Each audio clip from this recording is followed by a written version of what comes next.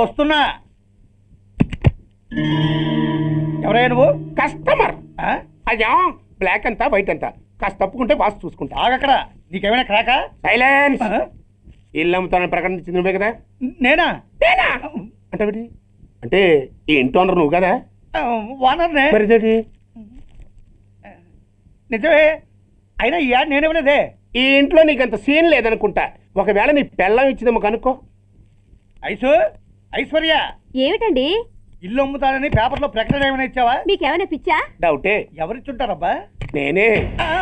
దొంగవా? Sorry, నేను మరీ అంత చీప్ కాదు. మర్డర్ చేస్తావా? అంత కాస్ట్లీ కూడా కాదు. మరి మ్యాజిక్ చేస్తా. మీ ఇంట్లో ఉన్న బంగారం, వెండి, క్యాష్, ఇత్తడి లేవు, లాకర్లో ఉన్నాయి. మోస్తావా? అవేమి నాకొద్దు. మీ ఇంట్లో బెడ్, ఫుడ్, కనీసం వాటర్ గ్లాస్ కూడా టచ్ చేయండి. మరైతే నన్ను? అబ్బచ్చా, నీకంత లేదు కానీ తగ్గు.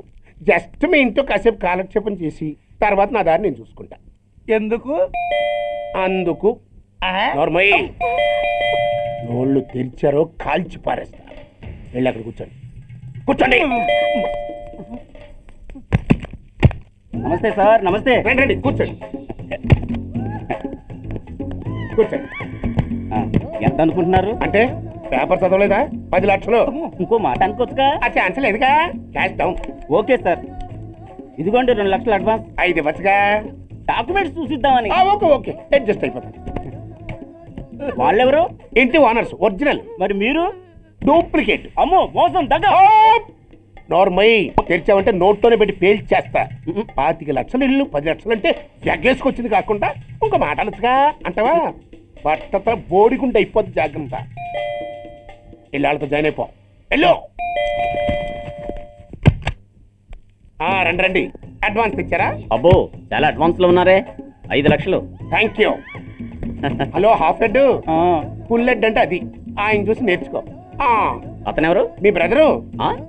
అర్థం కాలేదా? నీకంటే అడ్వాన్స్ గా వచ్చి అడ్వాన్స్ ఇచ్చినోడు. డబ్బు దాత సుఖీభవ. చెప్పాను కదా, మీ ఇంట్లో ఒక్క వస్తువు కూడా టచ్ చేయనని, ఇంక్లూడింగ్ యువర్ ఐశ్వర్య రాయ్.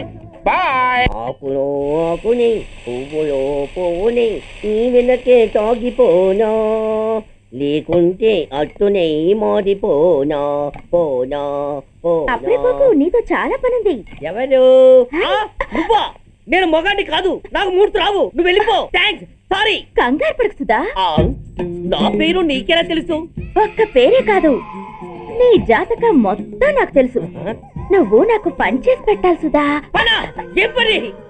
పెద్ద పనేవి కాదు, చిన్న బ్రోకర్ పని. ఎంత ధైర్యం నీకు? ఇంత బతికి నన్ను బ్రోకర్ పని చేయబట్టావా? నిన్ను ఆవేశపడకమ్మా. బయట వాళ్ళకి కాదు, నాకు నీ గురుడికి మధ్య. ఓహో, గురుడికా? అట్లేసుకుని బతికేవాడి. ఆడదాని మాటిస్తానంటే నా వీపీ అట్లేసుకుంటాడు మా బాసు. నన్ను వదిలేతల్లో. అంటే నో అంటావా? సారీ అంటాను. సరే, నీ ఇష్టం. రేపు మార్నింగ్ 8:30కి టీవీ చూసుకో. ఏ యువర్స్ లవింగ్లీలో మా బాస్ కి లవ్ లెటర్ రాసావా? నువ్వు నాకు ఆ రోజు 100 రూపాయలు ఇచ్చింది, అవి కొనుక్కొచ్చింది అంతా టీవీలో వస్తుంది. ఈ ప్రోగ్రామ్ విషయం మీ గురుడికి కూడా ఫోన్ చేసి చెప్తాను. అయ్యయ్యో, బతుకుంటే బట్టలైనా ఉత్తుకుని బతకచ్చు. నేను స్లిప్ అయిన విషయం మా బాసుకు తెలిసిందంటే నా గూప వాచిపోతే నా గొప్ప కొల్లారు చెయ్యకుదల్లా. అయితే బ్రోకర్ పని చేస్తావా? అంటే పక్కలేయాలా? పక్కలు పరుపులు మేము వేసుకుంటాం గాని ముందు మా లుక్కులు కలుపు. నా మీద మంచి ఇంప్రెషన్ కలిగేట్టు చేసి మీ బాసు ఓటు నాకు పడేలా చెయ్యి. ఓకే? ఓకే. అవును, పొయ్యి మీదేంటి? దోశలేసి చేస్తున్నాను. అమ్మో, మాడిపోయింది. ఇంట్లో కోడిగుడ్లున్నాయా? ఓ బోలెడు. అయితే ఓ పని చెయ్యి, మాడిన దోశ పక్కన పడేసి నాకు డబుల్ ఆమ్లెట్ వేయి. అలాగే. ఉల్లిపాయలు, పచ్చిమిరపకాయలు కాస్త ఎక్కువగా వేయి. వేస్తా. కొంచెం మిరియాల పొడి కూడా తగిలించు. తగిలిస్తా. ఇదిగో, ఉప్పు కాస్త తక్కువే. అలాగే. ఎండ్రిని కూడా వేస్తా.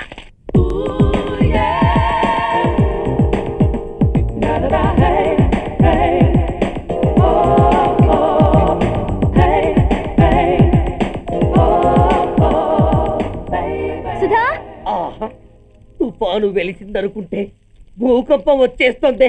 సుధా, హాల్లో ఏవతది? అదో పెద్ద క్యాసెట్. ఏంటి? అదెవరో నాకు తెలీదు. బాసుని కలవాలని వచ్చింది. ఆయన లేనప్పుడు అడ్డమైన వాళ్ళని ఇంట్లోకి ఎందుకు అలౌ చేస్తావు? ముందు దాన్ని బయట పంపను. అత్తవేంటి? ఆవిడ్ని బయటకు పంపించేంత సీను నాకు లేదు తల్లి. ఏ ఆమ్లెట్ ఇంకా రెడీ కాలేదా? ఒక్క నిమిషం. దాని ఇంట్లో కూర్చోబెట్టిందే కాకుండా ఆమ్లెట్స్ గీమ్లెట్స్ వేసి మర్యాదలు కూడా చేస్తున్నావా? తప్పదు. తప్పదా? నిన్ను ఏం చేస్తా? అమ్మా అబ్బా అయ్యా బిడ్డ చేశానా బిడ్డ అయ్యయ్యో.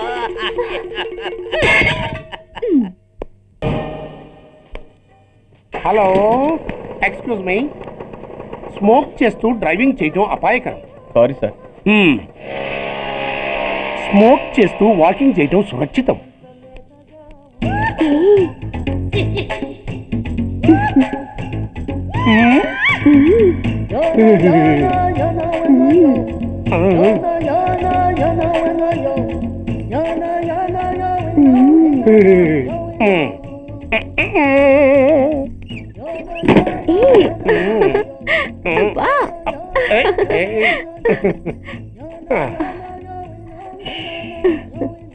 ఎలా ఉంది? అబ్బో సూపర్. తాపేశ్వరం కాజా అదిరింది. మరి నాకు ఇచ్చేస్తే నేను వెళ్ళిపోతా. ఏంటి ఇచ్చేది? నా పంతనానికి పేమెంట్. ఏంటి అర్థం కాలేదా? ఆడాళ్ళలో నువ్వు ఎలాగో, మగాళ్ళలో నేను అలా అనమాట. దొంగ సచ్చినోడా, నాటకాలు ఆడుతున్నావా? మర్యాదగా నా డబ్బులు ఇచ్చే. ఓయ్ సీను మార్చద్దు. ఇప్పుడు నువ్వు నన్ను రమ్మన్నావా, నేను నిన్ను రమ్మన్నానా? నేనే రమ్మన్నాను. లోపలికి వచ్చి నేనేమన్నాను? ఎంత అన్నావు? నువ్వేమన్నావు? 100 అన్నాను. కదా, అంటే నా పర్సనాలిటీకి నువ్వు కట్టిన రేటు 100 అన్నమాట. అది నేను అడిగాను. ఇచ్చేమ్మా. ఏంట్రా ఓవర్ చేస్తున్నావు? మర్యాదగా నా 100 నాకు ఇవ్వు, లేకపోతే నా లంగా బొందికి నేను ఊరేసి చంపేస్తాను. Help help. కష్టాలు పడితే చంపేస్తానంటుంది. ఈ అన్యాయాన్ని ఎదుర్కొన్న నాదుడే లేడా? అరవకు. ఏదో మొగుడికి తెలియకుండా వారానికి ఒకసారి ఇక్కడికి వచ్చి గుట్టుగా బిజినెస్ చేసుకుంటున్నాను. నీకు దండం పెడతాను, నన్ను అలర్పాలు చేయమాక. నువ్వేమి ఇవ్వక్కర్లేదు, వెళ్ళిపో. మంది హైటెక్ బ్రెయిన్. నీ పేరు గంటా గంగారత్నం, మీ ఆయన పేరు గంటా గురనాథం. ఆడు ఎలక్ట్రిసిటీ బోర్డులో పనిచేస్తున్నాడు. డోర్ నెంబర్ 14/14, లింకు రోడ్డు, ఫిట్టింగులు పేట, విజయవాడ 2. ఇది నీ అడ్రస్. నేను మంచోని గనక కమిట్ అయిన 100తో అడ్జస్ట్ అయిపోతున్నాను. ఆలస్యమైందనుకో అది డబుల్ అయిపోద్ది. నోటు చేతిలో పెట్టు. థ్యాంక్స్. దున్నపోతులా ఉన్నావు, ఆడదాని ఉసిరు పోసుకుంటున్నావు. ఎయిడ్స్ వచ్చి చస్తావు. Sorry, no chance.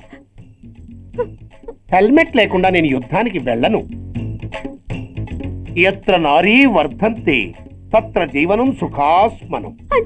అంటే నాకేం తెలుసు? ఎప్పుడో విన్నాను, ఇప్పుడు అనాలనిపించింది అన్నాను. వస్తాను.